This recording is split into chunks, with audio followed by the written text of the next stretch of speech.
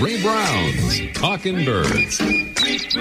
Made possible by the generous support of the Birdwatchers General Store, Orleans, Cape Cod. birdwatchersgeneralstore.com. By Vortex Optics with the VIP warranty. Their unlimited lifetime promise to keep you and your optics covered. Learn more at vortexoptics.com. By Brome, where bird feeding meets innovation. Discover truly squirrel-proof bird feeders, all backed by lifetime care commitment. Brome.com. And by Hog Island Audubon Camp. For full camp schedule, program details, and to register, visit audubon.org/Hog Island. Good morning, good afternoon, good evening. Welcome to our show number 1097. And belated Happy Independence Day wishes to all. And welcome to Plastic Free July. It's a campaign that encourages folks everywhere to reduce waste and refuse single-use plastics, especially for the month of July. We'll be talking about Plastic Free July in next week's show with a special guest from Beyond Plastics. It's one of the groups that's doing great work in educating folks about the use and abuse of plastic and the overuse of it. You can learn more about Plastic Free July and take the pledge, if you have a mind to reduce your plastic use on that Plastic Free July website. And it's just plasticfreejuly.org. No hyphen in there, just plasticfreejuly.org. Well, birds are among the inhabitants of our planet, including humans, of course, trying to deal with the latest heat wave affecting North America, Africa, Europe. Example, last week, a place in southwest France registered a temperature of 112 degrees Fahrenheit. The scientific network World Weather Attribution, which analyzes the role of climate change in driving extreme weather events, says that the record-shattering heat that's been baking Europe would have been virtually impossible just a few decades ago. The network says that the human-driven climate crisis is unequivocally to blame for what it's calling the most severe heat wave ever recorded in Europe. Meanwhile, renowned climate scientist James Hansen, who says the fundamental problem with addressing climate change is our addiction to fossil fuels, is on record suggesting that 2026 will end up being the hottest year ever recorded. And he didn't mince words when he said, climate change is the greatest threat to humanity and all life on Earth. But we have audio postcards to play today from California and the Caribbean. First to Fremont. Hello, this is a audio postcard from Oliver. I am on the Pacific Commons Linear Trail in Fremont, abutting some salt ponds on San Francisco Bay. I am by a fenced-off muddy marsh, and I see dozens of killdeer, dozens of stilts, and dozens of white-faced ibis, more than I've ever seen in one spot. There's also a black tern, and in the distance, a great egret. Wow, Oliver, thank you. What an array of sightings there. Thanks for that audio postcard. Now we're going to hear from Jim, who's about 4,300 miles, I think, southeast of Fresno. Good afternoon, Ray and Talking Birds fans. This is Ambassador Jim Randolph recording in the indigenous Imbera settlement on the banks of the Tuquesa River in Panama. We're looking at the green and rufous kingfisher on a tributary of the river. We just saw the agami heron before this. The people of Panama are so beautiful and gracious, and the residents of this settlement welcomed us with open arms. Panama is a gorgeous and rich country. If you ever get an opportunity to visit, do not pass it up. Sorry for that extra vocalization there, Jim. Thank you for that audio postcard. Thank you again, Oliver, for yours. We are welcoming audio postcards here anytime and all the time. All you have to do, by the way, to make one is grab your smartphone or maybe borrow one or some other kind of device that will allow a little digital recording. And then just record yourself describing what you're seeing and or hearing bird-wise. And just send the file to, send it right to me at ray@talkingbirds.com. That's ray@talkingbirds.com. Meanwhile,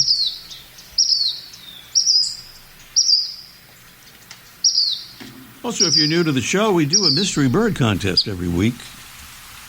We're doing a preview of it right now by playing the sound of a bird. Here are some clues about the identity of that bird, and we'll do the actual contest a bit later and give the phone number and all that. Our mystery bird is a sparrow-sized, sharp-looking, non-migrating, or mostly non-migrating flycatcher of the western and southwestern U.S. Its upper parts are a rich charcoal gray, contrasting with a white belly. It has a large, peaked head with a straight, slender black bill, and it feeds on insects and other arthropods that it captures by sallying out from a perch or from the surface of ponds. That's a description there. Here are the sounds again, some of them, of our mystery bird. And we have beautiful prizes here, including the Brome Squirrel Solution 150 feeder. As the name suggests, it's genuinely squirrel-proof. Most folks think that's kind of important. It's chew-proof, too, also important. It means squirrels will not be able to eat the seeds in this feeder, and they will also not be able to eat the feeder. It's also easy to clean. It even features a vented seed tray to keep the seed fresh and dry. Retail priced, by the way, at more than $65. That is a beautiful feeder. Also, speaking of beautiful, it's a big bag of our favorite coffee, shade-grown, bird-friendly, truly delicious birds and beans coffee, grown under the natural forest canopy in Central America, where the birds in temperate regions are going to spend the winter. They need that wintering habitat, and the kind of coffee plantation where birds and beans is grown helps provide that habitat. We'd like to point out that birding tours actually go to shade-grown coffee plantations to look at birds. They don't go so much to sun-grown coffee plantations where there aren't many birds at all or other wildlife. So this is coffee grown under that natural forest canopy, really important for birds.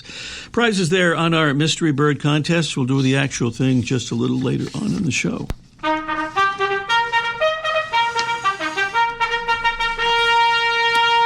Our Talking Birds ambassadors are the royalty of our Talking Birds listening audience. That's our Royal Salute music. The folks who are helping us get the word out about what we're trying to spread, which the word is about birds and birding, nature, and conservation. And we have a couple of folks to thank this morning, including Christine from Bowdoin, North Dakota. Thank you so much, Christine. And thank you to Jalen from Newport, Rhode Island, who joined just after the new year. And he says, I enjoy feeding and watching local birds splash around in my 2 bird baths from my apartment window. My New Year's resolution is to take longer walks with my binoculars, view wildlife, and listen to this great program, Talking Birds. I'm a brand new listener, loved the first program, now following the podcast.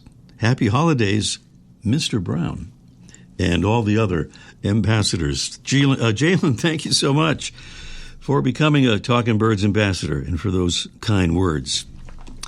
Once again, if you're new to the show, what is this ambassadors program? How does it work? Well, if you go to our website, talkingbirds.com, no G in talking, and click on the Get Involved tab up at the top of the home page there in the kind of the upper right corner, you can just click on that and scroll down to become an ambassador, and you'll see how to do it. Really easy to do. And what happens then is we send you a little batch of our beautiful little Talking Birds info cards, and you can hand those out to your friends and neighbors, fellow birders, and maybe most importantly, would-be birders. And that's at your convenience, at your leisure, whenever you get around to it. So that's all there is to it. TalkingBirds.com. Get Involved tab, and then become an ambassador. Well, still to come today, we'll talk with our own Debbie Bleacher in the Talking Birds Science Corner about some fascinating and startling research that may take us one step closer to understanding how birds find their way when navigating or migrating. Also today, Mike O'Connor will join us for Let's Ask Mike, almost live from the archive, in which Mike will offer some colorful descriptions about the baby birds in his backyard. And up next, it's today's featured feathered friend, presented by the bigger and better BWD magazine, with each large format issue packed with beautiful photographs, illustrations, and in-depth articles ranging from backyard birds to birding abroad. Experience birds up close with BWD at bwdmagazine.com. If you're planning to be in Southeast Arizona for one or both of the great birding festivals there next month, I hope you get a look at today's featured feathered friend, the painted redstart. The painted redstart is not closely related to its Parulidae family cousin, the American redstart, and that's reflected in the fact that in tropical regions, our bird is called the painted whitestart instead. The white on the bird is found in big patches on its wings and on its outer tail feathers. Start, by the way, is an Old English word for tail, so whitestart literally means white tail.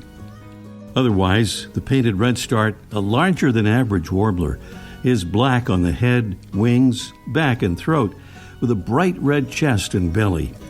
Another distinctive marking is the white crescent at the bottom of the eye.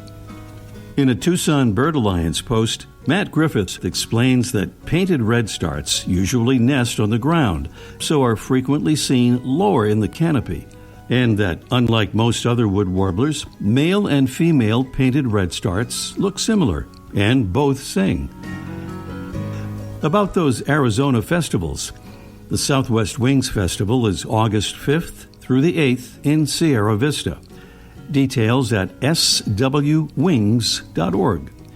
And the Southeast Arizona Festival is in Tucson, August 12th through the 16th. Details on that one are at tucsonbirds.org/festival.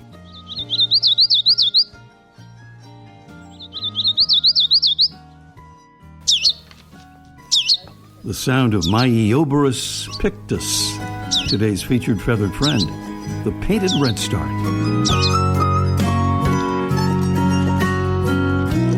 Welcome again to our show number 1097. We mentioned briefly about our science corner this morning. We have pigeons to thank, that unappreciated bird, the rock pigeon. Well, you'll hear what we're talking about here as we enter the science corner with our own Debbie Bleacher. Come up to the lab and see what's on the slab. Good morning, Debbie. Good morning, Ray. When we say we have a gut feeling about directions, we're just saying we think we know how to get somewhere. But now we hear there's research showing that pigeons really do use their gut to navigate. Can you tell us about that? You bet I can. Research from the University of Bonn and the University of Duisburg-Essen and the Max Planck Institute of Animal Behavior at the University of Alberta shows that homing pigeons have cells in their livers, of all places, that help them navigate. Wow, pretty cool. How did they figure that out? They did it with some imaging and a really elegant behavioral study. As our listeners probably already know, bird navigation has been a mystery like forever. Yeah. The researchers worked with homing pigeons because of their ability to return to the place where they've been released. Well, isn't there already research that says birds have receptors in their eyes and beaks and even their brains that detect magnetic fields? Yeah, there are papers proposing receptors like that exist, but there hasn't been convincing proof. So these researchers at Bonn, Duisburg-Essen, and Max Planck went looking beyond eyes, beaks, and brains to other organs, namely the spleen and the liver. And why those? Because they break down red blood cells, which contain iron. Iron is attracted to magnets, so the researchers thought that organs containing iron might help the pigeons navigate using magnetic fields. When they did imaging, they discovered that immune cells in the liver called macrophages had a really high concentration of iron. So then they had to figure out whether these macrophages actually help with navigation? Yeah.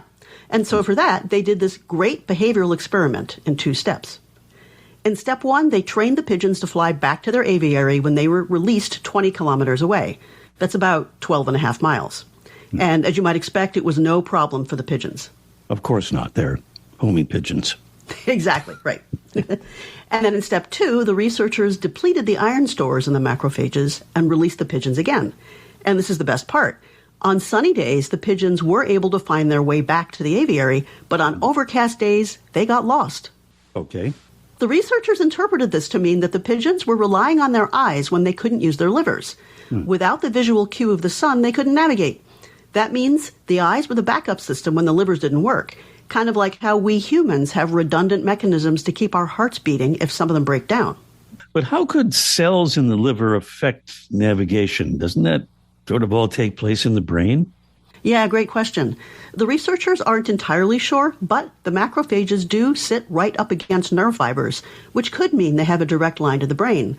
I like to imagine the liver calls up the brain on an old-fashioned landline and says, "Here's what's going on with the magnetic fields." Yeah. Hello, liver calling. Phone calls from pigeon livers. So does this study have implications for the navigation ability of other birds or other animals? Hey, it has implications for every bird or animal that has a liver.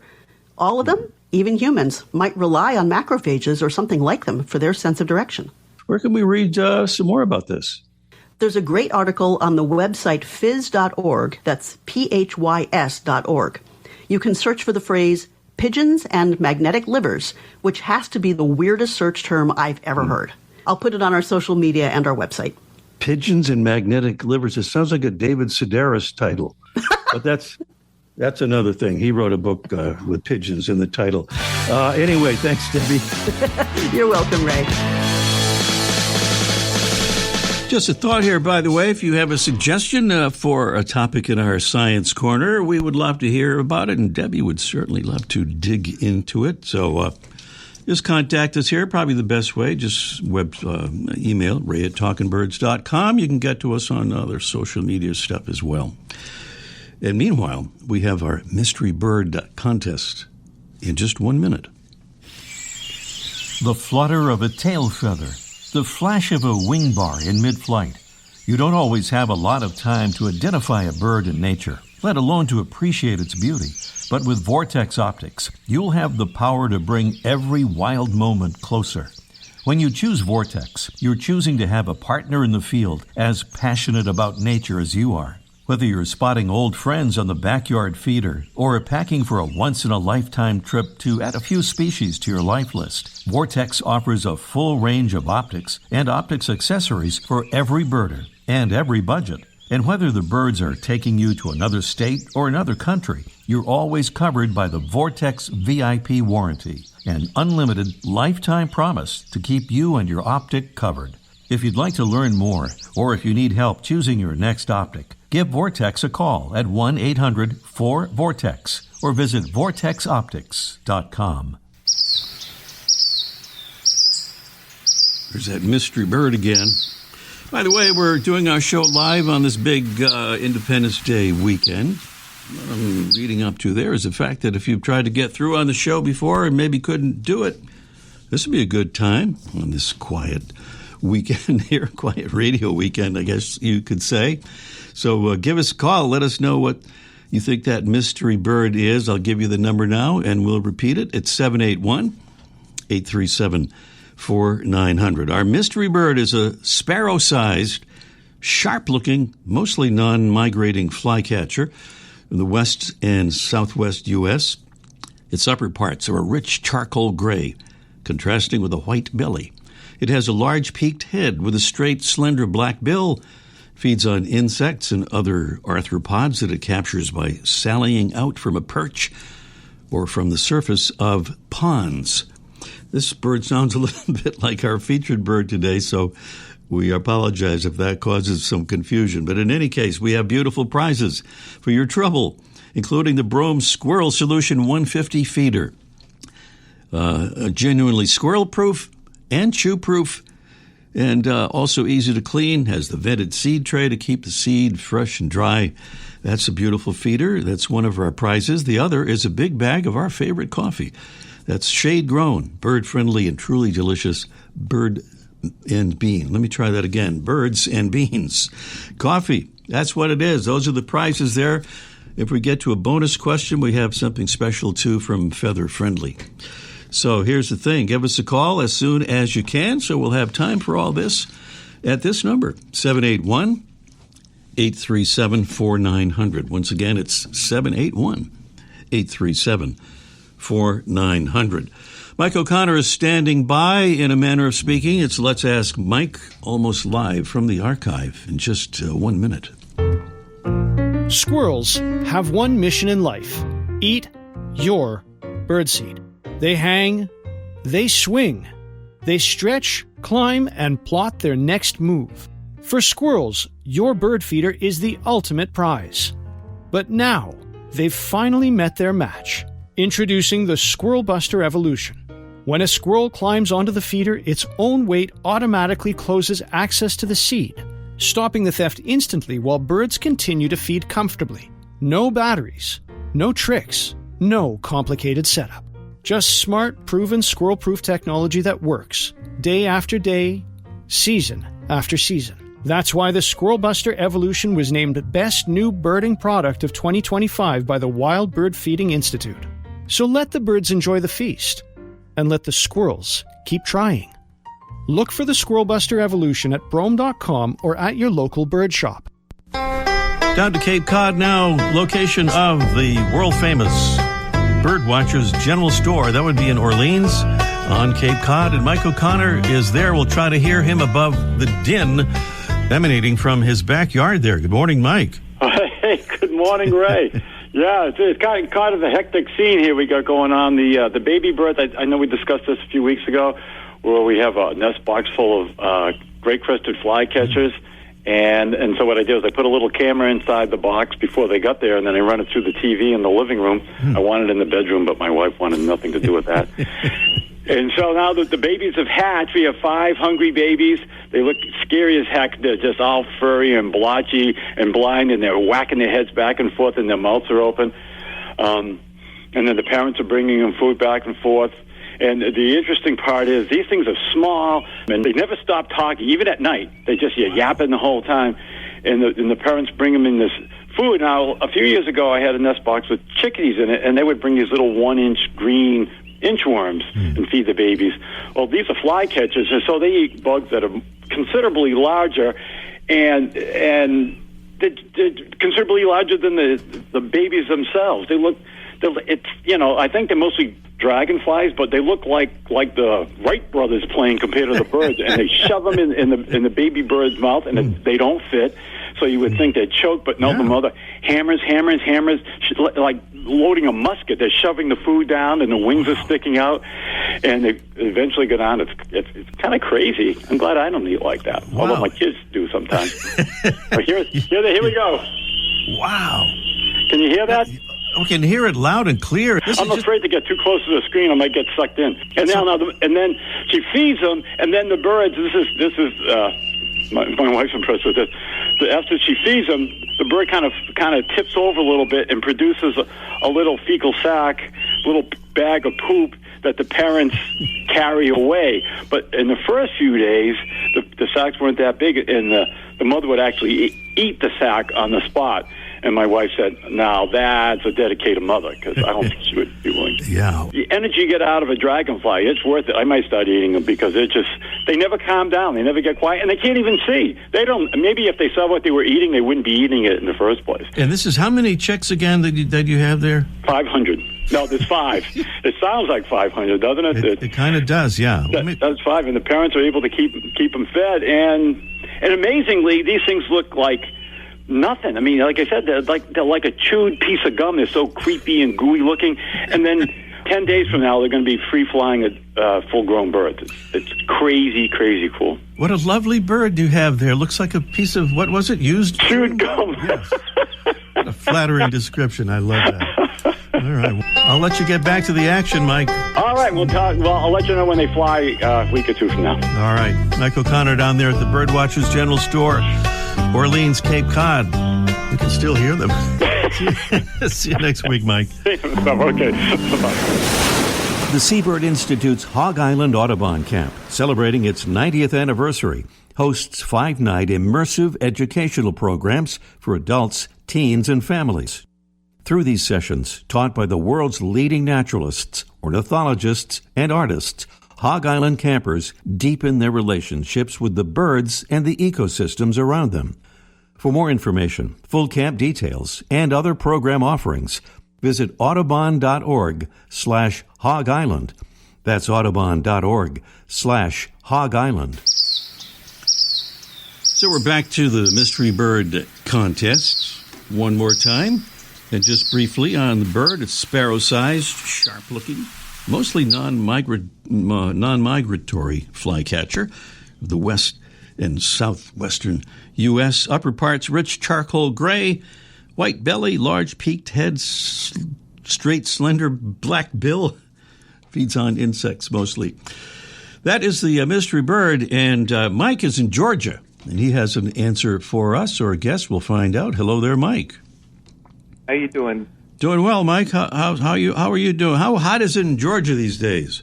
Extremely hot. Yeah. Very hot and humid. Hot and humid sounds familiar. It's cooled off a little bit up here in the Northeast, but it's still pretty warm there. So we're looking at the mystery bird, Mike, and you heard the clues and all that, maybe, and you came up with what as your answer? Sounds like a black phoebe. Let me check the papers here. It sounds like a black phoebe by the sound of the bird and I guess the description as well. And that the applause which you suggest is absolutely correct. Nice job. Awesome. Yeah. And we have time for a bonus question here, and we have a bonus question. So if you'd care to try one, we could go ahead and do that. Sure, sounds good. All right. And you've already won, by the way, the Brome Squirrel Solution 150 feeder and a big bag of our favorite coffee, Birds and Beans. So here's our little multiple choice question about some more bird research. Researchers studying a red-eyed vireo found that it did something 22,000 times in a 10-hour period. What was that something? A, it sang its song. B, it consumed caterpillars. Or C, it attacked the obnoxious researchers. Those are your choices. Just three there. What do you think? I think it's A. A would be it sang its songs, which would be correct, which is kind of hard to believe, but we have to believe those obnoxious researchers, right? They know what they're doing there. They are very noisy. Yeah, indeed. 22,000 times a day. That is just amazing. Well, Mike, nice work there. If you'll stay on the line, I'll pass you over to Jesse to make arrangements there. All right. Thank you very much, Ray. Love your program. Thank you so much. That's Mike in Georgia, correctly identifying the black phoebe as our mystery bird, and also correctly getting the idea about that red-eyed vireo singing its song 22,000 times a day.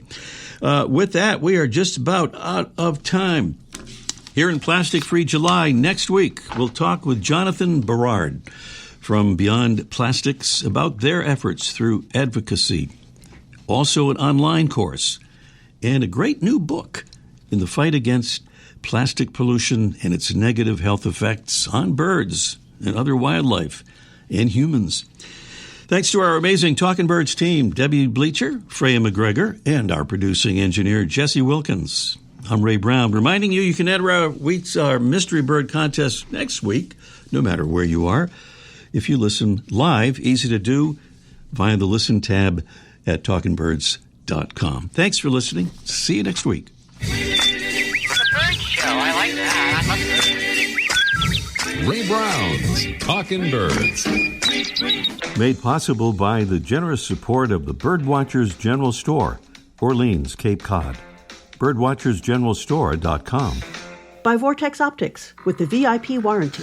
Their unlimited lifetime promise to keep you and your optics covered. Learn more at vortexoptics.com. By Brome, where bird feeding meets innovation. Discover truly squirrel-proof bird feeders, all backed by lifetime care commitment. Brome.com. And by Hog Island Audubon Camp. For full camp schedule, program details, and to register, visit audubon.org/Hog Island.